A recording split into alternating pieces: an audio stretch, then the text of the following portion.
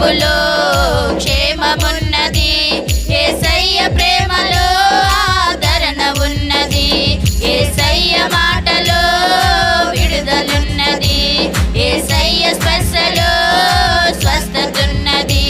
యేసయ్య చూపులో క్షేమము